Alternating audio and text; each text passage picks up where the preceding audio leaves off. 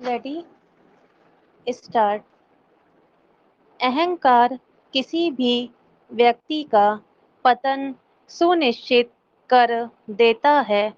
जहाँ अहंकार होता है वहाँ विनम्रता, बुद्धि, विवेक और चातुर्य का लोप हो जाता है। वस्तुतः अहंकार मनुष्य के मस्तिष्क द्वार पर जड़ा ऐसा ताला है जो सद्गुणों का भीतर प्रवेश नहीं होने देता। कहा भी गया है कि अहंकार में तीनों गए, बल, बुद्धि और वंश। ना मानो तो देख लो कौरव, रावण और कंस। अहंकारी व्यक्ति अपने मद में दूसरों को तुच्छ समझता है। अहंकार मनुष्य को आत्मघाती दलदल में धकेल देता है और उसे यह आभास भी नहीं होता। वह मनुष्य को न केवल सच्चाई से परे एक कल्पना लोक में ले जाता है, बल्कि जीवन के साथ सामंजस्य स्थापित करने वाली परिस्थितियों से भी दूर कर देता है।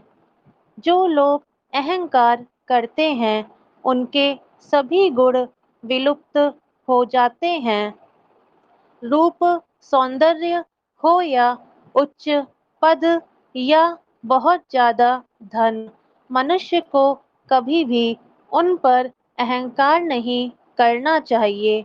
ये सभी शाश्वत नहीं हैं, तो फिर गुमान किस बात का विराम। अहंकार के उलट स्वाभिमानी होना अच्छा गुण है। लोगों में यह गुण विद्यमान होना चाहिए, परंतु आज तमाम लोग इन दोनों में तार्किक विभेद नहीं कर पाते। लोग अहंकार के वशीभूत होकर आवेश में लगे हैं, फैसलों का स्वाभिमान से जोड़कर देखने में लगे हैं, जो कदापि उचित नहीं।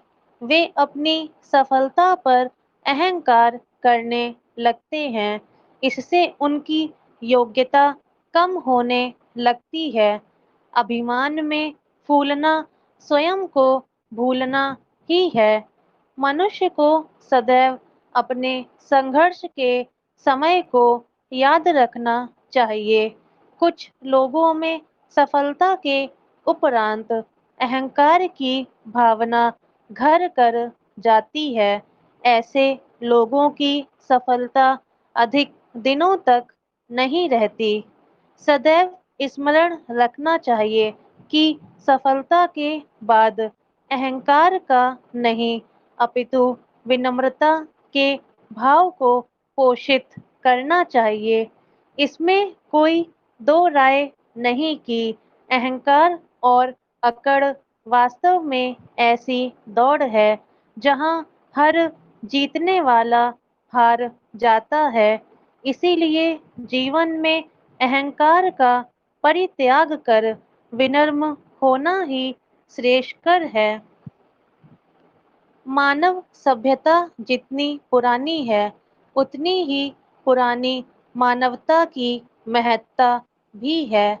आरंभिक काल से ही ऋषि, मुनि, संत, महापुरुष आदि मानवता के महत्व को रेखांकित करते रहे हैं। अलग-अलग धर्मों में भी मानवता की आवश्यकता ही प्रतिपादित की गई है। इसका कारण यह है कि असल में मानवता ही मानव होने की पहचान है।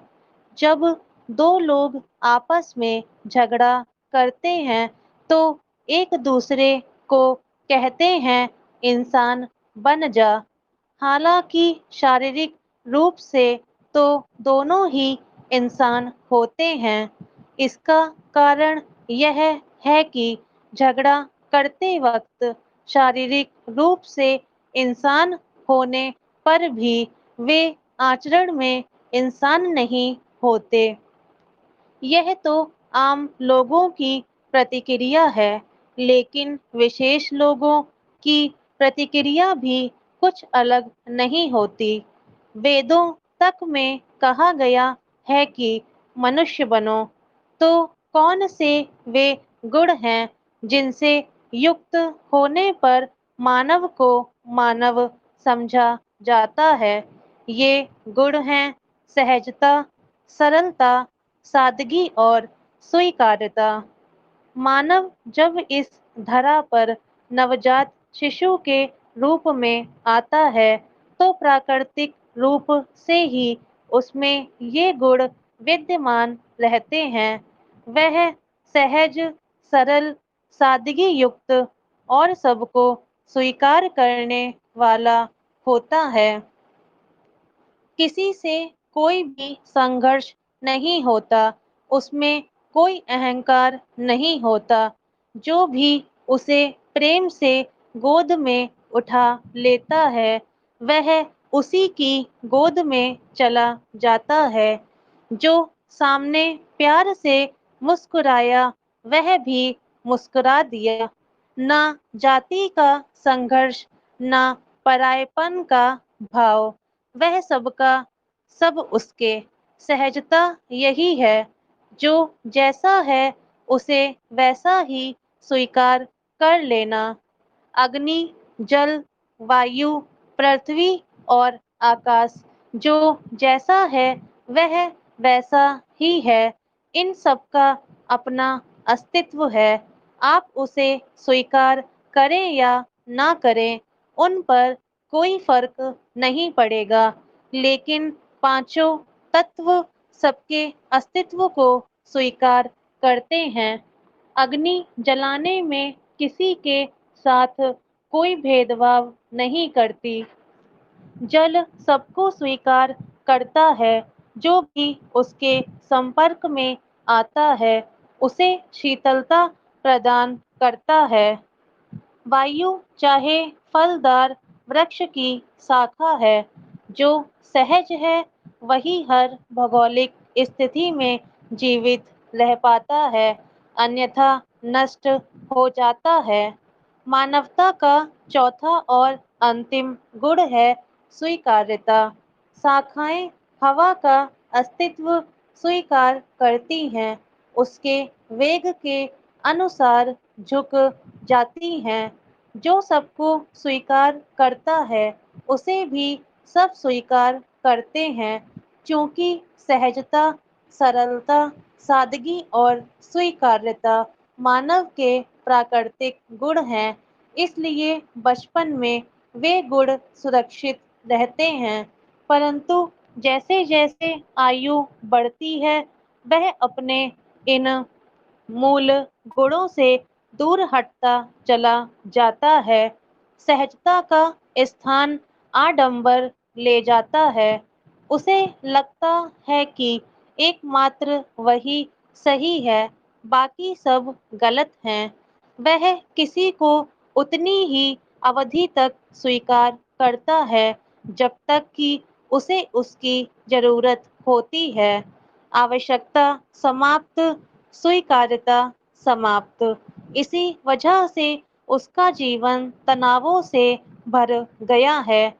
ना वह व्यक्तिगत जीवन में सही रह पाया और ना ही लौकिक जीवन में एक अच्छा इंसान बन पाया। अतः शास्त्रों की मनुष्य जाति को सबसे पहली शिक्षा है, मनुष्य बनो। धनवान, बलवान, विद्वान चाहे जो बनो, परंतु सबसे पहले हम मनुष्य बने। इसी में संसार की स्थायी शांति का मर्म छिपा हुआ है। विराम। स्टॉप।